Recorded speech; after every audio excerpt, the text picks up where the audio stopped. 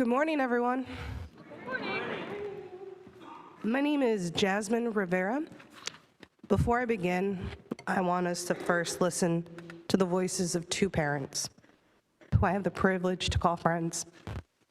These are two immigrant parents who were cruelly and unjustly held at the Berks County Detention Center with their children here in Pennsylvania. A facility for immigrant families that began operating as a prison in 2014. In the first video, you will hear from Wada, father from Syria who was held in the prison with his teenage daughter for 6 months. Then you will hear from Lorena, who was with her young son for 2 years. I will read what she says in English afterwards.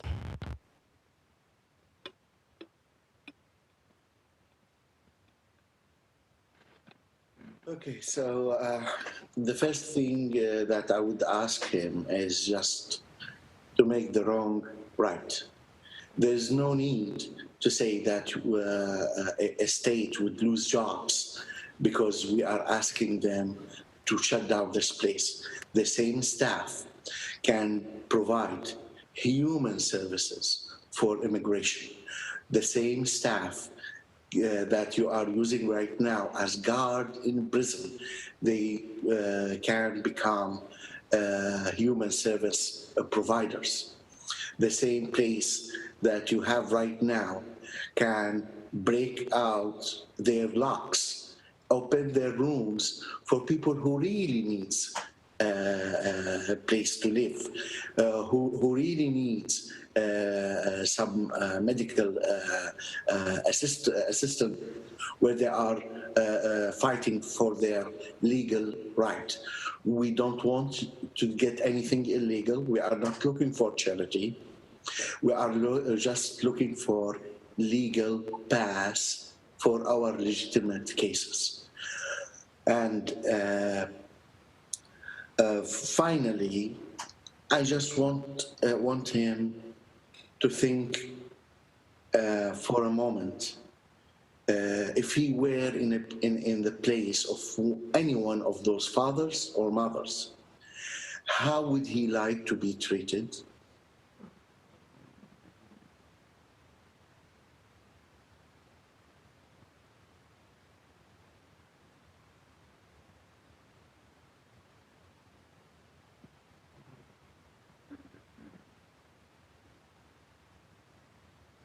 Okay, so the first thing that I would ask him is just to make the wrong right.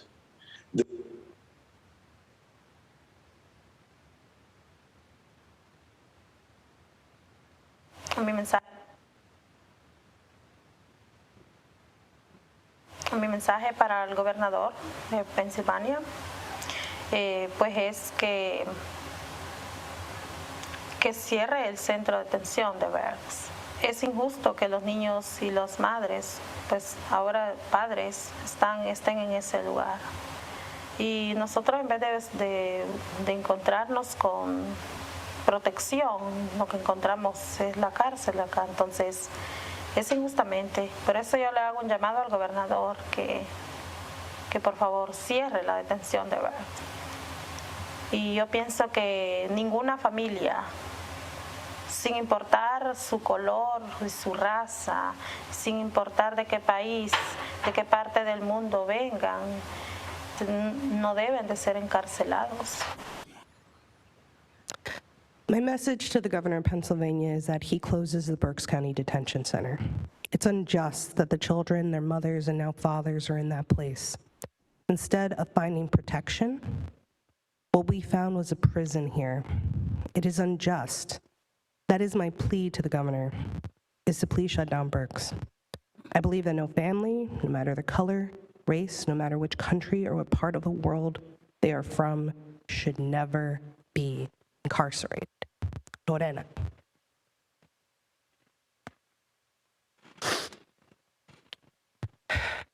I come before you all today for many reasons.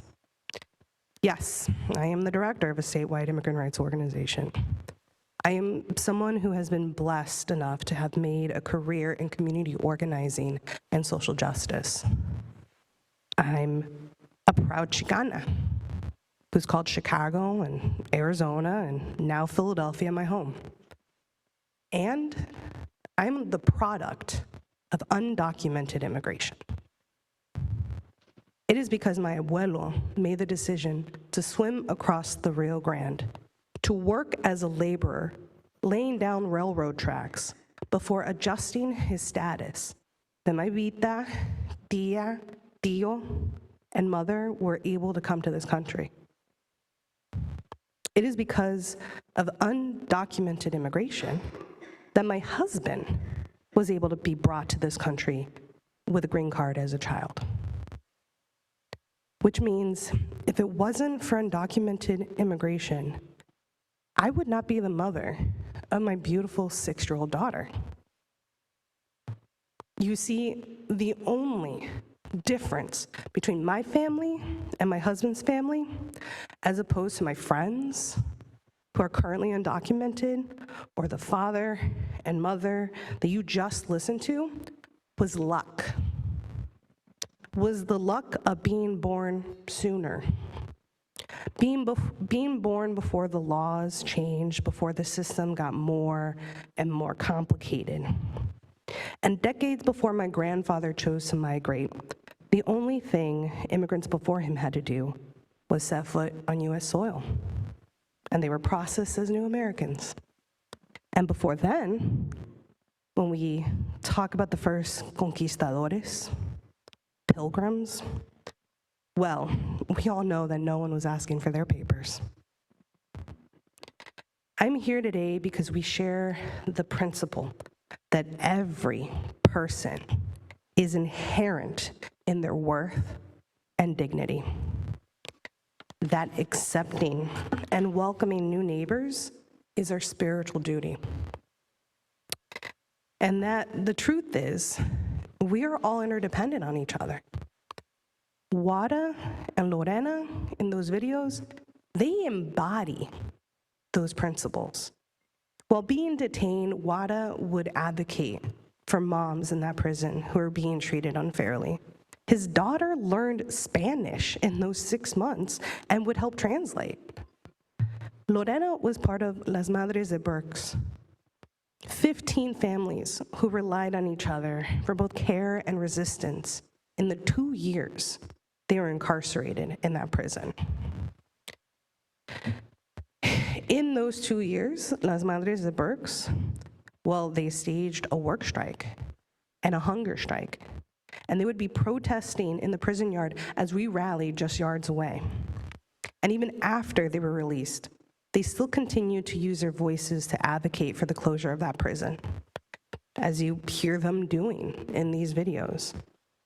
I will never get tired of saying this, but we shut down that prison.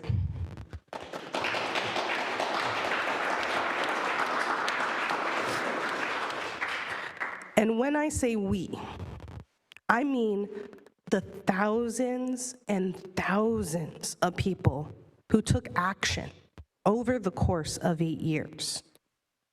Every little action mattered, whether it was sending out a tweet or making a phone call or getting arrested right next to me, because I'm starting to lose count of the amount of times I've been arrested. But every single action that every single person took over the course of that campaign mattered. And it is because of us that we shut down that prison. And most importantly, these mothers and fathers and children who fought for their freedom.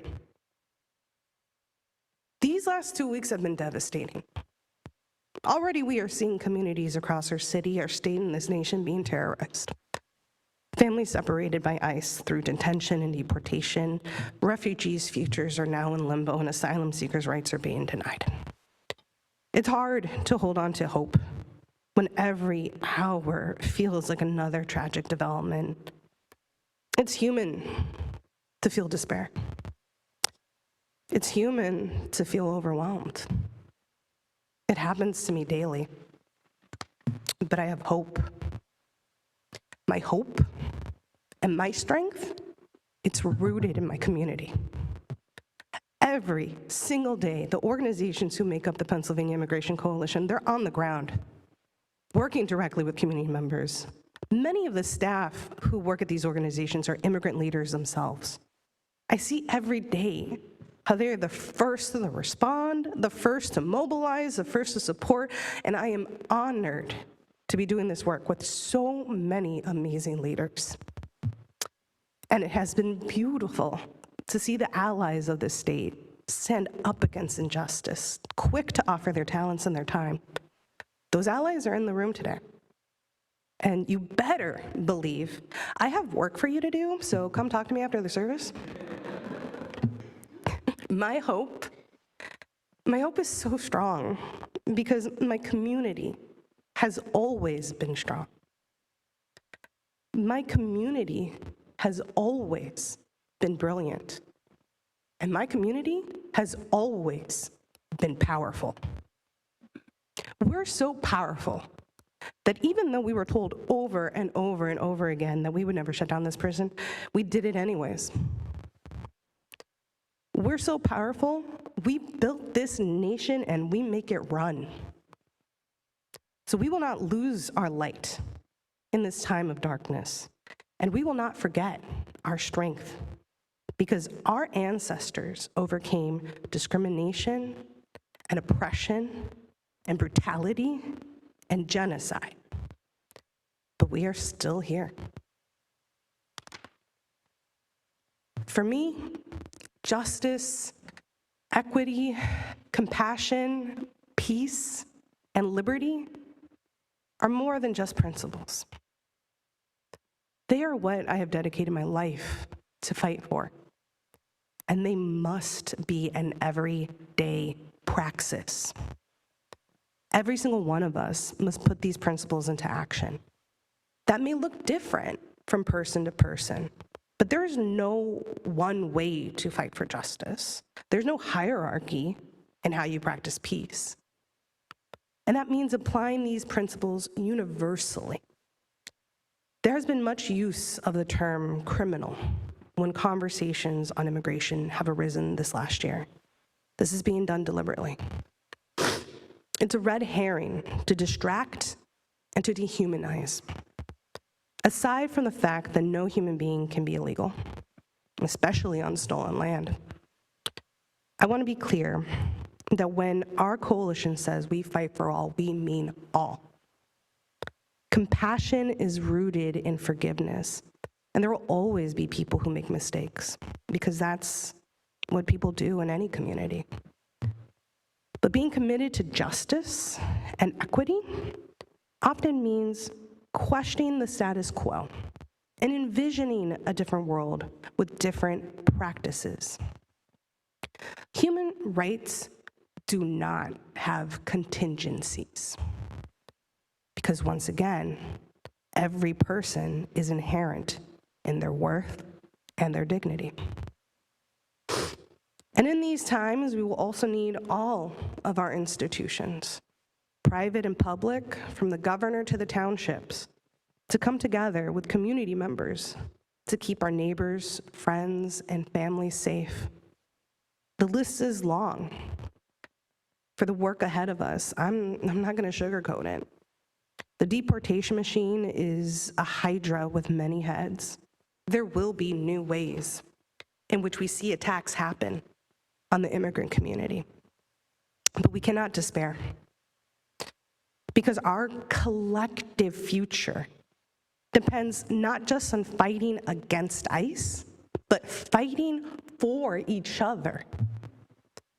That's what my daughter deserves, and that's what my grandfather's legacy deserves. Thank you, and si se puede.